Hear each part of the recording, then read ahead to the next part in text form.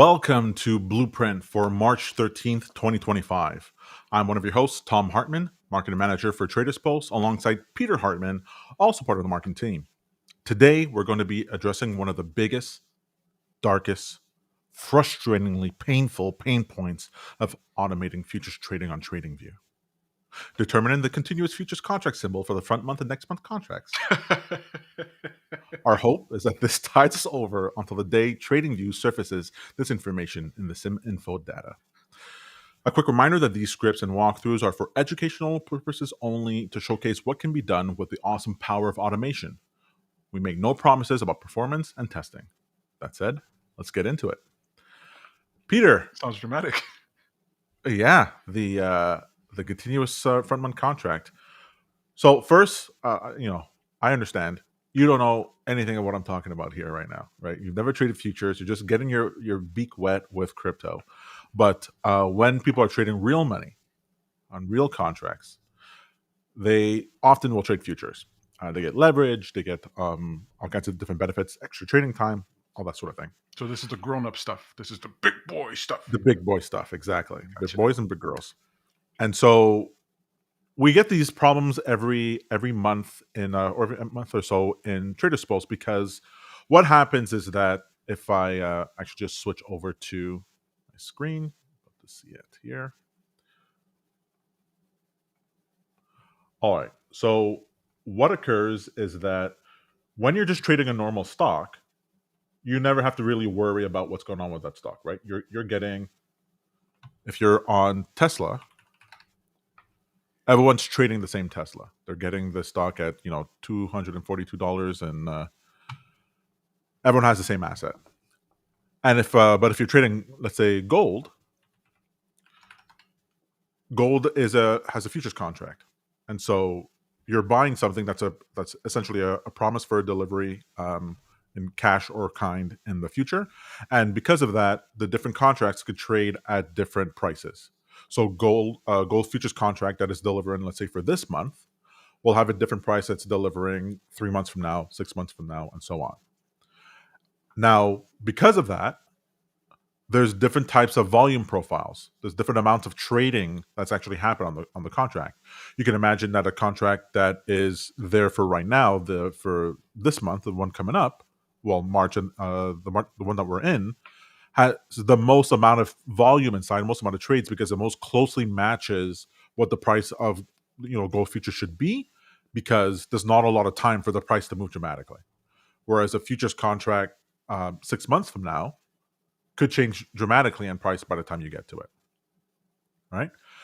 And so in TradingView and in other platforms, but specifically we're talking about TradingView. TradingView has a continuous contract symbol.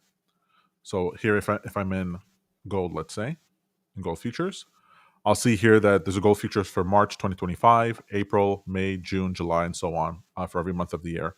It goes out to 2025, 2026, and so on and so forth. And there's also the past ones, the ones for months past. And so if I were on the GCH 2025, I'd be trading the March contract, and you'll notice two things. One, I don't have the history here of the past, because this contract only has traded as of the December 2025. There is no past data for this particular contract. And once I pass this month, once this contract has expired, this chart will stop, right? So if I go into the one from last year, let's see if I get... You'll see that it started here December 28th and then ended on March 26th. So it just stops. So if you're running an automated trading strategy, you can imagine that you have to constantly make sure that you are sending a signal for the most liquid contract, a contract that you're dealing with right now for this month or next month, depending on what you prefer. And when you're trying to run a strategy on here that might be looking, let's say, at a moving average, well, the moving average is a moving average of the data that's on the chart. So if I were to put a moving average on this chart, it'll only take into consideration this number of bars. Whereas if I go to the continuous contract, I get all the history. Basically, all the contracts sort of get stitched together over time until you get a wider history. So here I could go all the way back to, I choose the first candle would be January 1st, 1975. So you can actually run a strategy on here, run an indicator, run some calculations that actually takes the history of gold into account. So the TradingView has these continuous symbols. These are special tickers that when you choose it will automatically resolve to the front month contract. So this is for number one. If I did number two, it would be for next. All right, Peter, I just want to make sure you can still hear me. Yeah, it'll be for next one. GC1 will be the front month contract, the most near to date, the one that's going to expire the soonest, and GC2 will be next month, the month after that. So right now, if I'm on the GC1 exclamation point, you can see here at the, let me just increase this a bit. You can see here at the top right that it's actually resolving what the contract is. This says GCJ 2025. So TradingView knows that this contract, that's the contract that's being traded. What do you mean by resolving? Basically, it's turning this GC1 exclamation point into the actual contract, the futures contract in question. It's like an autocorrect? Well, it's not autocorrect. It's just a utility ticker. It's not a ticker that actually trades on the stock exchange. It's just something for TradingView to be like, hey, if you use this continuous front month contract symbol, you'll always see on the chart the current most recent price of the nearest expiration. Almost more like a shortcut.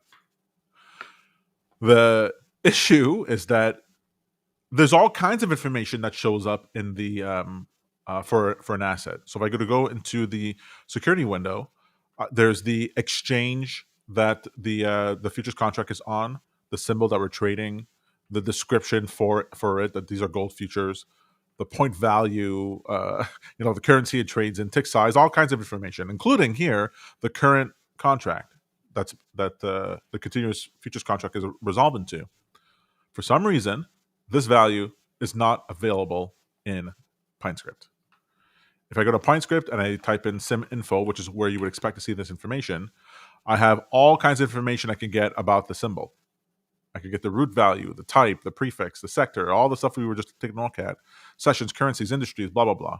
For some reason, the resolved contract for futures is not in here, which is super annoying for people. So what happens is that there's this natural rollover period that you would expect that when you're trading it, you always want to make sure that you're in the most liquid contract. I mean, for the vast majority of people, they want to make sure that they're always trading the most liquid contract without having to manually switch the contract all the time. But for TradesPost, if you send over the GC1 exclamation point or whatever is the continuous futures contract, TradesPost has its own mechanism for which contract to choose. It'll choose the current month or the next month. And the way that shows up is if you take a look at our documentation for contract rollover, it says we will now switch from the current contract to the next contract 2 days before the beginning of the expiry date. So these contracts expire at a predicted date, and we roll it over 2 days before that. The problem with that is that TradingView's continuous futures symbol doesn't follow that rule. In fact, we don't know what rule it follows. It rolls over whenever TradingView, based on their own algorithm, what's the best time for it to roll over. And sometimes it could be weeks ahead of time. Sometimes it'll skip whole contract months. And you have no way of knowing. Not only do you have no way of knowing because you can only see what the contract is when you're here, inside of PineScript, you have no way of sending the signal for the contract that you're in right now. Weird. So this problem shows up every month. You've probably seen it in support too, Peter. People keep asking the questions. Hey, My trade didn't work out the way I was supposed to, because, and then we have to tell them, well, it's because the contract rollover dates are different. You should be trading. You should be explicitly stating the actual contract you're trading. Like, you should actually put in GCJ 2025. Don't use a continuous contract. Use the specific contract. That way, you won't be in any situation where you don't know what's going on. But that's a pain for a lot of people. One, to learn that information, because we try to put it everywhere, but people don't necessarily read the documentation or whatever. They don't know. They fall into this issue, and we understand their point of view. Like, they would want it to work automatically.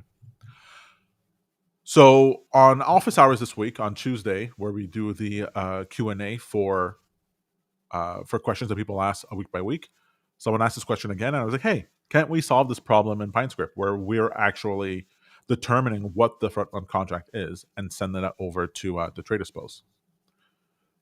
I said that very flippantly. I said, hey, I can do this. I'm sure I can do it. I can do it. And I didn't really know. I don't trade futures. I remember editing the video just a couple of days ago, and I was like, did he do that? He sounded so cocky. I was like, my thought was that I was going to find a blog post somewhere that someone talked about it and I just redo it. No, turns out that's not the case. Plus, I didn't know all these funky things where the rollover contracts don't happen exactly where you expect them to. All right. All that being said, let me just jump to the end here. I did figure it out. That's why we're here today. We have a technique. But I just wanted to show you some of the caveats that we're dealing with. Actually, I'll show you we'll do the, we're not going to type out all the code here. Let's just go ahead and step through it, because I think that'll be more interesting. So let's go ahead and take a look at one. So what I initially did, what you might initially do, and here we'll actually step through some of the code, is that I figured, hey, I know the letters here for the way that a futures contract is set up is that you have a base code for the asset. You have a base code for the asset. In this case, it's GC for gold, and then you have a letter that represents the month, and then the year for that contract. So I go, well, since I know what that scheme is, I should be able to just go ahead and pull up that information. So I just wrote a function over here that will grab the futures contract, build out the figure out what get the current month, get the current year, and then build out the actual ticker symbol, and then just go ahead and grab that information. And this function here, futures contract, will grab the front month, or you could pass a number in, and it'll get any month from now. So you can say, give me the contract 4 months from now, give me the contract 8 months from now, and that does work. That does work. It will give you actually, you can see here on the chart where it's actually telling you. Let me go back to the continuous futures. It's telling you that this over here is when there would be a switch for the gold contract for January. Here it's for February, for March. And I thought, very clever, very clever. This works really well. I could always check to see when the contract changes by just doing this operation where I check the current futures contract compared with the one from the bar before, and then I'll know exactly when it changes, and I'll know the ticker, send that over. That's where I found out that TradingView will skip whole months and change it willy-nilly, and you can't do any of that. So back to the drawing board, I changed it again, and this time what I decided to do is, hey, how about instead I pull all the contracts for the futures contracts. I just always pull all of them, and what I'll do is I'll compare the continuous futures contract, this value here for GC1. I'll compare this value to the value of one of the ones from that I'm pulling, and whichever one matches, I go, this is the current contract. Program it all, everything's great, looks fantastic. I go to run it, and it doesn't work, because even though we now have what's called dynamic requests in version 5 and 6 of PineScript that allows you to dynamically change the contract name as you go, because the year is different, Peter, every time the contract rolled over, it counts like it's a new a new request that I'm making in the script. So as you can imagine, it's from 1975, which is the beginning of the candle for gold. It's trying to find thousands of hundreds of symbols, and we could only have a maximum of 40. We could only have a maximum of 40 requests inside of a script at any given time. And so this is where I landed on my last solution, which is the one we'll be publishing and showing you guys right now, where what you're doing is, not this one. Can't you just set a limit of the date, the year being anything from 1990 forward instead of? Well, the problem with that is if you were to set your script to now run, and it's running constantly, at some point you might actually hit the limit. Right. And the version that's on the cloud will stop. And it'll stop 2 years from now. And then a bunch of people will message us with their hair on fire. Hey, this is not working anymore. So the workaround that I have over here is that we are still building out the contract. So this is the function I'm using in order to build out the contract name. And so what we're doing is we're passing syminfo.root, which is the GC part of gold, or if you deal with NASDAQ, it's the NQ part of NASDAQ, or the ES part of SPY. Then we're pairing that with the month, where we're pairing that with we're using the number for the month that we can get, and then pairing that with the letter that's forward, so January all the way to December, and then finally we want the year. So what we want is actually our current year. Actually, let's remove this. We don't need this anymore. Oh, sorry, the current year for right now. If I do time now and I pass that to year, this will give me the year as it is real time right now, not of the candle that the script is executed on, not 1975, not 1980, not 2000, whatever, now. And it'll always tick now every time the script runs, which means that we could do our comparison. We can go ahead and loop through all 12 months, build out our contract name like we're doing over here, use request.security to go and pull information, the pricing information from that contract, and then compare it to see, hey, does the continuous contract match the futures? And if it does, go ahead and pass that value to actually this could just be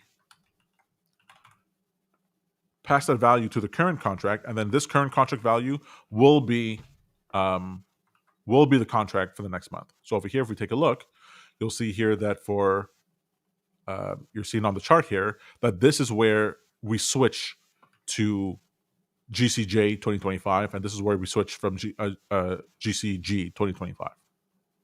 Right?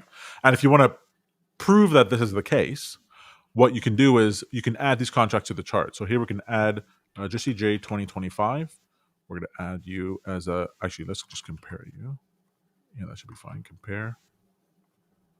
And that is a new pane. We're going to go GCG 2025.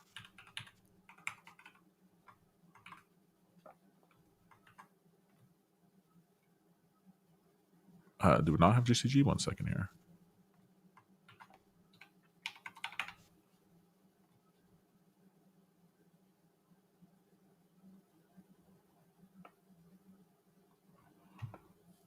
Again with the live, Peter. We'll do it live. It's 2026. Just here. So 2025. Let me just take a look here. 1 second.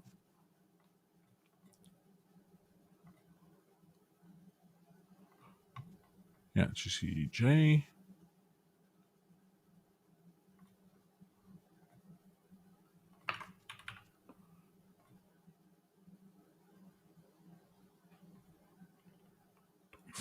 Previous GCH. Why are we not getting GCH? 1 second. Am I in the wrong thing? No. Well, let's take a look here. Well, what letter is February? Do you have to find the G? G. Yeah, so I think I might have it wrong over here because the January's FG. That should be it. 1 second.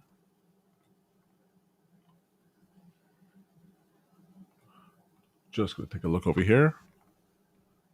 It's because the contract is starting in March, not February. March 2025 is the first one. Well, I'm just checking here because March is H, and then the previous one to that would be. If you go to 2026, there is a G. So for some reason, the cutoff is March. Yeah, you're right. It is a G. So that is the right one. Oh, wait a second. I think it is working. I just need to enter.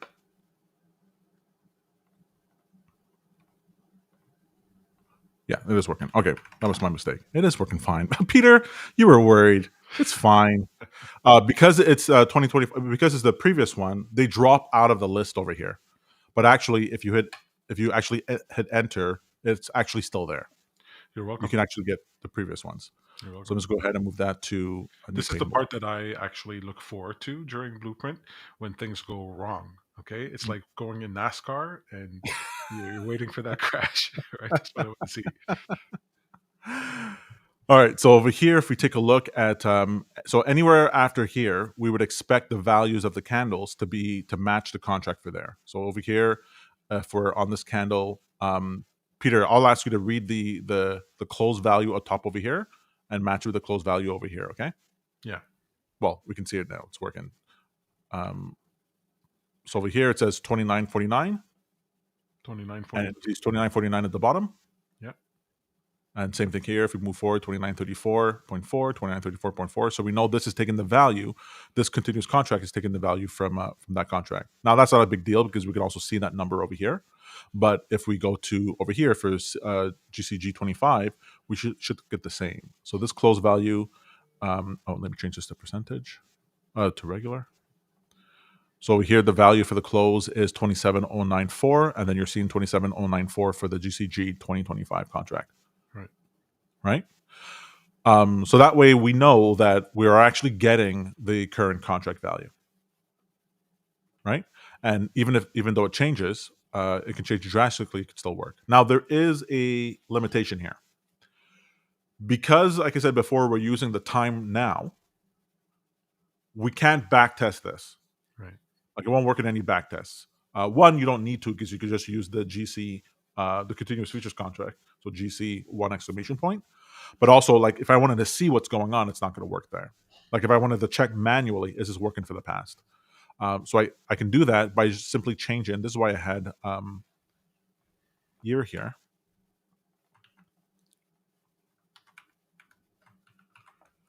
And then if I do it this way, and then now I have a year parameter, I can change it to 2024. And now I'm seeing the switches from the 2024 period. So I head here to GCZ 2024. So you have to make that change if you want to. You can't keep it that way, right? Because No, I'm just doing this to show you. see. Actually,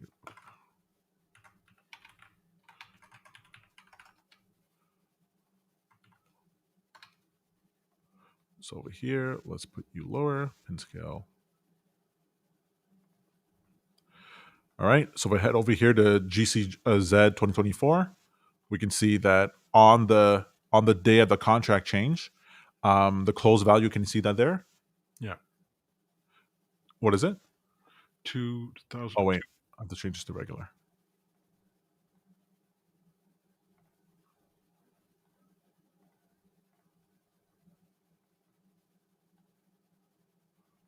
Why are you still percentage? Okay. So here on the, sorry, if you read that again, GCZ 2024, what do you see there for the close? 2004 51.9. And the same thing for the one below, JCZ 2024, it's 24.51.59. So we know the matches, and the one right before that, we'll say the close value here is 23.77.8, and the close value is different on the GCZ, so we know that transition is happening there.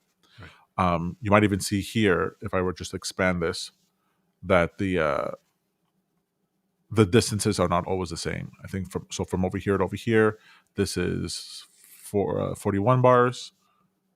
This is 44. This is 40, and so on. And then you could all, so if you wanted to double check that, like just programmatically, you can make sure that they're all working fine. But just to prove that it is working the way it's supposed to. And so as we would leave this to year, It would always choose 2025, and that means at 2026 you wouldn't have to change it.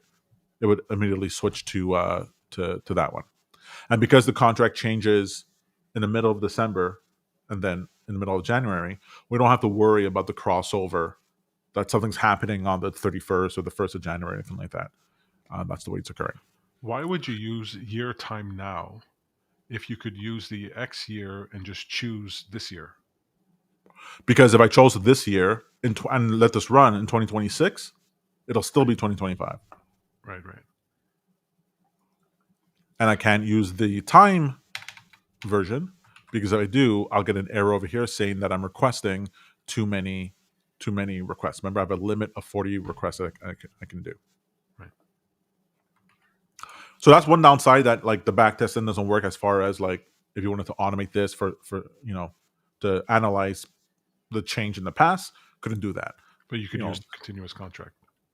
Yeah, but let's say I had a strategy that was like, okay, when the contract rollover period is 40 days plus 3, then I'm expecting the price to gap up, and so let's go ahead and have one type of strategy. And if it rolls over a lesser period of time, it means not, right? Because the rollover is happening because of some sort of calculation that's the most liquid contract. So maybe that does something for the previous contract. I don't know. Maybe someone has a strategy that says when there's a switch to the new contract, the previous one dumps or the new one jumps. Who knows? But so we can't do that for this one. So there's no way to map the rollovers onto the continuous contract? Correct, because that requires pulling Right. the more data than the script will allow. Just in case anyone's wondering, if right now we're not on a backwards adjusted contract, so because of this, so if normally because of the rollover for the contracts, you see these gaps that show, right? Mm-hmm. This is what I was just mentioning before, Peter, about the idea that things can change or gap up or whatever. These gaps happen. So some people don't like to have those gaps in their chart, and they choose the be adjust in order to smooth out all those periods. The way that we get around that in PineScript, to make sure that our script still works, is that when we are requesting the security, we modify the ticker. So the ticker, we actually modify it so that there are no adjustments and the back adjustments is off. And that's the same thing as like manually turning this off without it having to be off on the chart. What happens that if you way? Don't turn it off? Sorry? What happens if you don't do that? It won't work? Yes, because it won't work because the price is being smoothed out in order to not have those gaps, and so you're no longer able to compare the price of the contract with the current one because it's different. Also, a modification here instead of and this is after talking with John and decided to do this. Actually, that adjustment came from Mike, so I was very happy he pointed that out. I don't trade futures, so I had no idea that even existed. And then John was telling me that if we base this off of the close value, that we might be in a situation where two contracts for some reason has the same close value, right? And then all of a sudden we have a problem with determining which one's the right one. So we're actually comparing it using the open value and volume.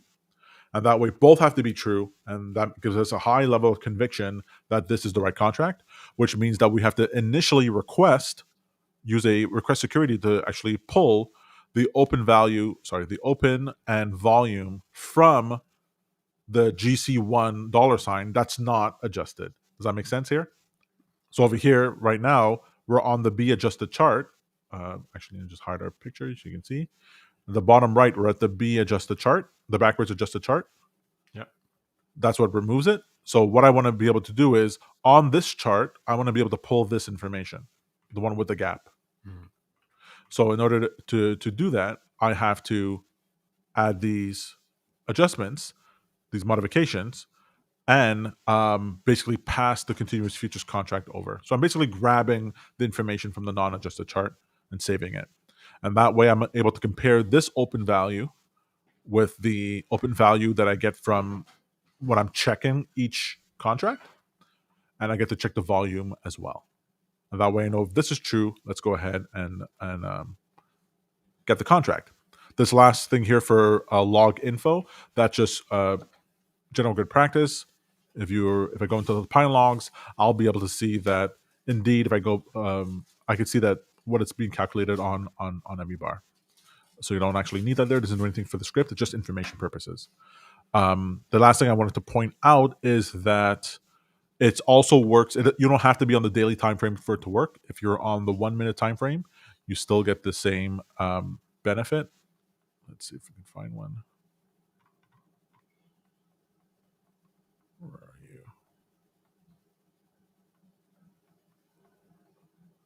March.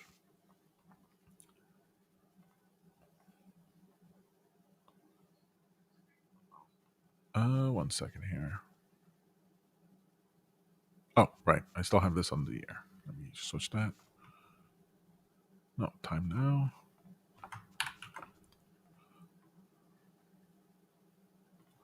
One second here. It's fine.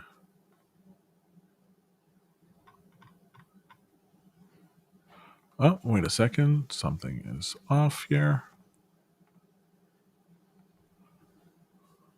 There it is. Okay, so there's you and there. Okay, so it works still. So you can see in this area, even though we're on the 15-minute or any lower time frame, we'll still get the right calculation at the time. Nice. If this was not adjusted, you'd see it over here. The gaps. Directly on the candle. That matters. I bet you're All right. so proud. So what I'm going to be doing, a bunch of people have been asking for this. One, I just want to make the caveat here that we're not promising that this works glitchless, right? We wrote this up recently, and the idea is that we're actually just going to be running it just to see if there's any problem whatsoever. Sometimes things look great inside of when you're testing it and you're on live and there's some sort of issue. Maybe as the candle ticks live, there's some problem. I don't know. So we're going to run this and see what happens over the next change. But we want to put this in your hands, so you can grab the script, put it inside of your own script in order to work things out. Oh, there is one last thing. Because we are checking up to 12 request securities, and we have our basic one request security here for the contract, that means we're already taking up 13 of the request securities out of the 40 that you can have. So if you toss this into your own script and you're going over that limit, you'll get an error that says you've requested too many securities. Right. So you already have 13 that are being asked for over here, up to 13 that are being asked for. I think what I'm going to do is also turn this into a little bit of a library snippet, not a snippet, but a library import, so that you can actually just toss this as one line into your script, and then you would have access to the current contract as a variable that you can use within your messages. You wouldn't be able to use it directly within the alert, but you can use it within your Pine script. Oh, and the final thing I should mention is that this also works for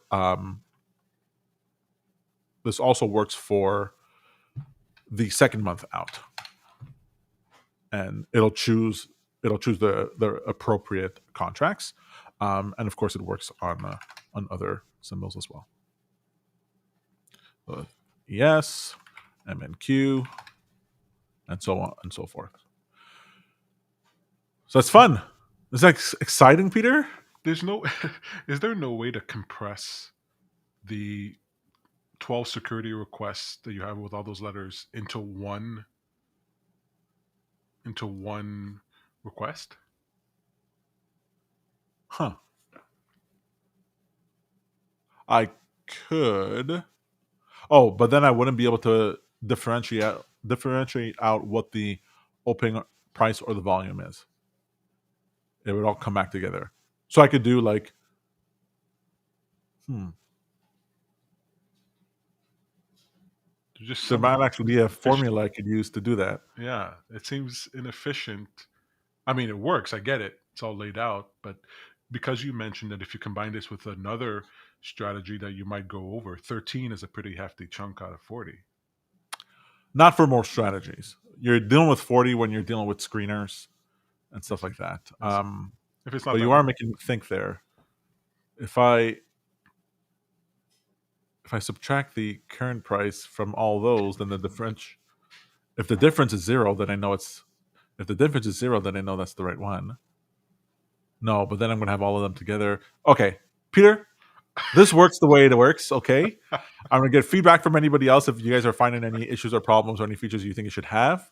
I'm not going to, to my own horn here. I think this will be the greatest script that I've ever made for the Traders Post community. What I'm hoping, finally, is what I'll say, that I'm hoping that Murphy's Law kicks into play, and in the next 30 minutes, TradingView decides to, hey, let's just go ahead and expose the continuous contract, and then all this will be moot, and it won't matter. I don't No one understand will care. why they haven't set up that way. Isn't it obvious, Peter? Big futures contract is paying them in the moment to make sure they're not doing it. Anyways, that'll be it. It's been fun. We're going to be look. This came from the community. Like we keep telling you guys let us know what might make your life easier, and we'll try our best to do it if it's within our availability and budget. And if I want to do it, frankly, if I don't feel like doing it, I'm not going to do it. So That's make me probably happy. the biggest. Yeah, use exclamation points, praise me, use hearts. Goes a long way. Trust me, goes a very long way. But let us know. Let us know YouTube comments. Let us know in support messages, Discord, whatever. We do pay attention, and if there's a nice chunk of you guys who would want it, I'm very happy to try our hand at it. And that's for features for TradesPost. That's for new scripts. That's for all kinds of different things. So we'll be back next Thursday at 3 p.m. for another blueprint, making TradesPost the best automated trading platform in the known universe. But until then, I wish you happy trading.